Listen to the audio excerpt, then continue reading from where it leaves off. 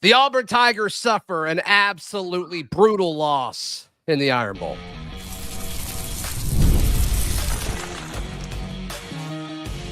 You are Locked On Auburn, your daily podcast on the Auburn Tigers. Part of the Locked On Podcast Network, your team every day.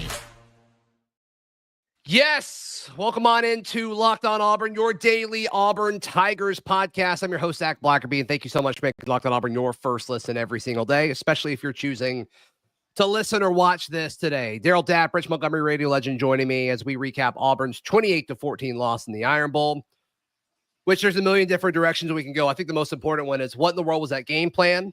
What in the world was that play calling? What in the world was the idea of this coaching staff on the offensive side of the football after what we've seen over the last few weeks, when we've seen Auburn kind of be up and down and up and down? They choose to call plays in the way that they were at the down parts of the season, the valleys of the season, opposed to when they were playing their best. Very strange. Very strange. Jarquez Hunter, 13 rushing attempts. 13 rushing attempts for the best running back in the SEC. It's heartbreaking. It's sad. And what's probably Jarquez Hunter's last game as an Auburn Tiger, to send him out that way, very disappointing. Very, very, very disappointing, Darrell.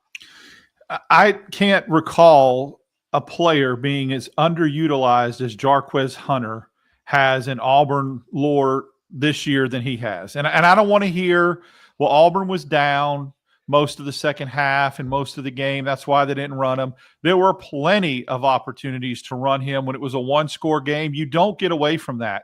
The most telling statistic to me was that in the first half, Auburn was inside the 20-yard line 9 times.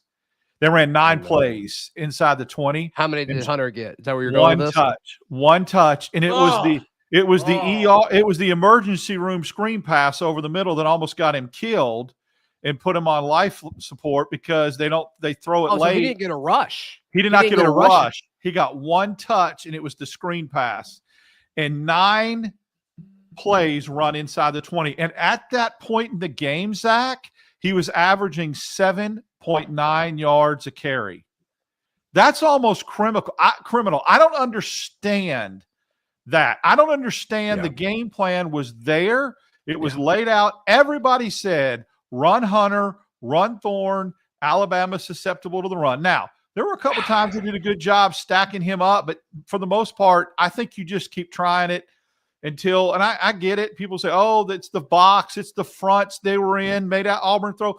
Bull crap. Stop with that. Stop with that. He was averaging 7.9 yards a carry. I don't give a crap about the fronts in the light box or the heavy box. You don't give it to him one time inside the 20, except a screen pass. That's criminal. That is, which Payton just put in the air for 10 seconds. Is like, yeah, it's open. Let's just teardrop it. Let's let it stay in the air for 6 seconds on an 8-yard pass. Sounds almost got him killed. My gosh. Yeah. I mean, listen, there are a lot of things that I could look at from a statistical standpoint and say that Auburn did better this year. But at the end of the day, the play calling, in my opinion, regressed. There were so many games last year when it looked like Hugh was in his bag, and this year, no. Special teams were not so special teams. I don't know what's wrong with Oscar Chapman, but he's not. I mean, if Auburn punched the ball 40 yards, it's like confetti on the sidelines. Yeah, I mean, I don't blame the Vashon kid. He wasn't even recruited to kick at Auburn, but he misses a 39-yarder early in the game. I don't know if that's his fault. Like, I don't think he signed up, to be in this role. I think that's like, as a program, you kind of failed him to put him in that situation. Like, there's so many little things like that you can point to. Like, why is Keontae Scott in the game in the second half? Like, there's so many little things. But the big thing is your coaching staff did not set you up to succeed in the biggest game of the season, in the Iron Bowl. And it's nothing against KLS, who ended up having a good day stat-wise. A lot of it had to do with that last drive that didn't really matter. And like, Cam Coleman had a good game, but it still took way too long to get him involved in it. And like, you're almost forcing it. It was the second or third possession where they're like throwing it to him on a 4-yard curl, and it's like he's clearly covered. Like, even if he catches that, it's not worth the risk that you're doing in that situation. It's just, it's frustrating, because we've said it time and time and time again. You want an offense that makes it easier for Peyton Thorne to succeed and to not run the offense through Peyton Thorne. But that's what they continue to do. And I'm all for a coach believing in his system and believing, okay, it's worked everywhere else. I'm going to do it here. But to bring Peyton Thorne back the way that he did, and now, I mean, the era seems to be done. The Peyton Thorne era appears to be done unless can Auburn technically make a bowl game? Have they filled out all their spots? They still technically can. There's like four or five. Yeah, there's like 4 or 5 teams that might get it, and Auburn's like right around that. So like we'll see. But it's just the offensive game plan. It was a joke. Like it was an absolute joke. The things and I mean the things that continue to plague Auburn that we thought were kind of getting cleaned up, false start penalties inside the red zone happen again, Zach, continuously. Is that preparation? Is that coaching? Is it having the wrong guys on the field? Red zone. I think it's coaching. In this situation, it's coaching because it's play calling. I agree. At first and goal from the 2, you don't score a touchdown. You can't. I mean, and Auburn's defense did such a good job forcing Alabama to turn it over 4 times, made Milroe look average at moments, and then in some moments he had great plays. The runs and the throws were great at times, and then Auburn did what they were supposed to do at times against him. So, play calling was suspect. I think when you look back, can we talk about the worst play call of the game? Let's do it. The double pass. The double pass. What? Yeah. You actually had momentum for the first time, like since the first half of the first quarter. You score there, and who knows what could happen. You're within 7. You're within 7. Pressure again. Like it feels like you're actually taking matters into your own hands. You're not playing scared. And I hate that it makes Jarquez look bad. But like Jarquez isn't a quarterback. Did the guy? I think Auburn had the defender beat, but it's just. I mean, you could tell as soon as he threw that, it's like that's not going to go where he wanted to go. Like that is not a good looking pass. Side on. I mean, Jarquez isn't a quarterback. I'm not criticizing Jarquez here, but it's just once again, this is an offensive coaching staff that is not putting its players in situations to succeed, and that was brutal. That was a brutal call in my mind. I don't know. Again, part of it is a direct result of being behind in the game as much as they were. But we talked about a lot of the preview shows leading up to this that we want to see like a 55-45% mix run to pass, right? Auburn running it 55% of the time, throwing it 45% of the time. Mm-hmm. I don't have the stats in front of me, but I think it was probably 60-40 throwing it. And again, some of that could be attributed to being behind, but some of that was early on in the game when Auburn didn't have to. They were down 4 or down. Are you talking about overall plays? Yeah, overall plays. How many plays did they? So we threw it 42 times and we ran it 23 times. Of course, some of those rushes were called passes and scrambles, but that was the layout. Yep. And I think that you had an opportunity early in the game to make that look more balanced. Never mind what happened in the second half. Early in the game, Auburn was throwing 3 times to every 1 rush, and they're only down 4. I don't understand that. I hope somebody asks that question. Do we know for a fact, and here's something too, do we know for a fact that Hugh Freeze is calling all the plays?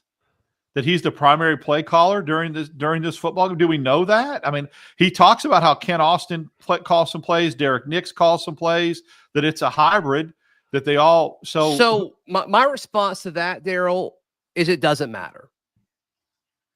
He's an offensive genius, is what he was dubbed when we hired him. We hired him for 2 reasons: great recruiter, great offensive mind. The recruiting part of that, 100% true. He has shown that time and time again. But he's on the headset. He's talked about how they all discuss it's a collaborative effort and all that stuff, which is fine. I'm sure that's successful at some places. Whatever. It still goes through him. I don't care if he's calling every play or no plays. It's on him to fix it. So who cares, I guess, is my response to that hypothetical question that you just threw out there. I mean, I guess you're right. But I mean, if he's sitting there and doesn't necessarily endorse the double pass and it gets called, that is on him, because at the end of the day, he needs to have the final say. And if he is doing that, then it needs to stop. He needs to call all the plays or none of the plays. This mixed grab bag crap never works. It doesn't work in any system.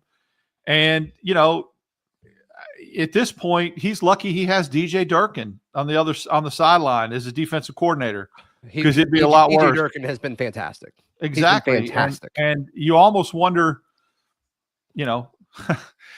never mind. But anyway, it's just a situation where the play calling has got to get better. And I like the recruiting. We'll see what happens in a few days with this class closing. It looks like reinforcements are coming, but you absolutely have to own this and wear this if you're Hugh Freeze and say, look, if there needs to be staff changes, I'll make them. And I have to go into the portal and do whatever needs to be done to get some offensive line help and a quarterback that's a game changer. I'm not talking about someone that's a game manager, somebody that can run the offense. You need somebody that can make a difference and win you football games. And, with Jarquez leaving, there's a lot of areas that they have to address. And this game definitely shined a flashlight on that. Yeah. Yeah. Let's discuss briefly the eligibility situation and what I guess the new team, the new version of Auburn looks like after this game, because it is going to be different. It is going to be different. And I think for the most part, it's going to be good, but there will be some, Jarquez is gone. Keandre Lambert-Smith is gone. So, let's jump into that in just a moment right here on Locked On Auburn. Today's show brought to you by our friends at Game Time. Game Time is the best place to buy tickets. It doesn't matter if it's for sports, football, basketball, baseball, concerts, theaters. Doesn't matter what it is, Darrell. You and I exclusively use Game Time when it comes to where we buy our tickets. You might want to go to check out a good comedy show after this game today and get your mind off a little bit, laugh a little bit. Yeah, so no that's kidding. medicine, right? No kidding. So download the Game Time app. Use code LOCKEDONCollege for $20 off your first purchase. Terms apply. Again, create an account and redeem code LOCKEDONCollege for $20 off. Darrell, what time is it? It was game time. Yeah, it was game time. Today's show is also brought to you by our friends at FanDuel. FanDuel is America's #1 sports book. And right now, you can bet $5. You get $150 back in bonus bets. Auburn did not cover. It was 11.5. I thought it was I thought that line was too much. I was wrong. However, if our coach trusts our kicking game even a little bit, I do think if you make one of those, it does change that a little bit. I don't know how you could have expected that level of incompetency. The way the program felt like it was trending. I'm digressing. FanDuel's great. Head over to FanDuel.com to join today. $150 in bonus bets if you hit that first $5 bet. That's over at FanDuel.com. Thank you so much for making Locked On Auburn your first listen every single day. Really thankful all of y'all are here in the spirit of the holiday weekend. Very thankful for all of you, especially for hanging out with us after what we all just went through together, because that was brutal. And so, a lot of Auburn fans are like, okay, Peyton Thorne's done. The Peyton Thorne era is over, and that appears to be true. We'll see what happens with the bowl game situation, if Auburn gets one or not, as one of those few 5-7 teams every year. But it's also the end of the Jarquez Hunter era, which is sad. It's also the end of the one incredible season we got Keandre Lambert-Smith. And that stinks. It's also the end of the Eugene Asante era, which I don't know if you saw the video that Hugh Freeze, it was on social media, and Hugh Freeze talked about he apologized to Eugene Asante. It's when Auburn gets back to the level it's going to be, he's like, I'm sorry, you're not going to be able to experience that. That stinks. That totally stinks to some of these guys that, have given everything to Auburn and from an individual level performed at a high level. Let me just say this too. Sure. He deserves to apologize to a lot of those players for what happened in year 2, because I get that whole thing about you're never going to see the fullness of Auburn football and all that. And I get that after year 1, but year 2 could have been a lot better and fuller than it was for those guys. And no question, dude. And they got screwed, and they got the short end of the stick. So I hope he's walking around to every one of them in the locker room and apologizing to them, because it could have been better. It could have been better, and it wasn't. Yeah. Well said. If I had told you Auburn was going to have 4 turnovers, that we were going to force 4 turnovers, First thing I'd have asked is how many does Auburn commit?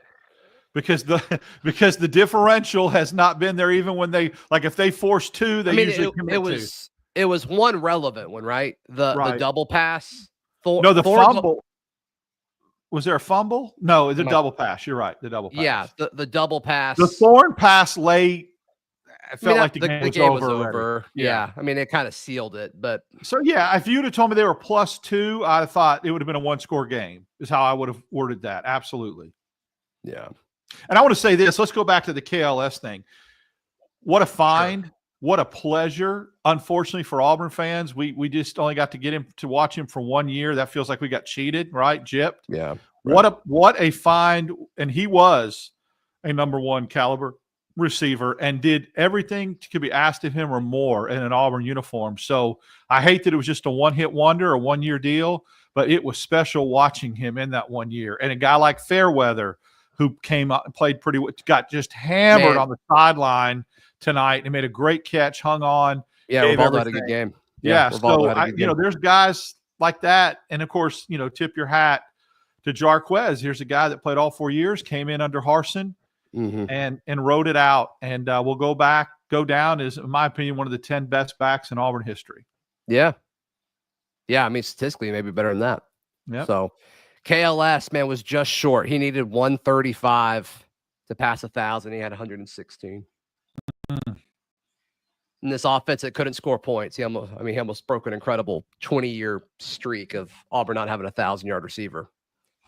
Good for KLS, but man, like you said, Hugh Freeze needing to apologize to these players. I mean, the inability to score in key situations. I mean, it was just like a sickness that they just couldn't shake. It's like no matter how many times they thought that they were getting well, it's just like it just didn't happen. It just didn't happen. So, oh my goodness. Oh my goodness. I mean, I don't really know what else to say other than that was just heartbreaking and you hate it. And it just should have been better. Everything should have been better. And it wasn't. Full transparency and being totally honest, I'm not surprised that Alabama beat Auburn by 2 scores. I mean, I thought it was going to be like 27-20, but I thought they could have scored late to go, something like that in a game. It's not that surprising that a team that hasn't lost at home, that's lost 3 games, it's the number 13 team in the country that's not played 2 bad games in a row. It's not surprising they beat this inconsistent Auburn team by 2 scores. It's how it played out. It's the way that the play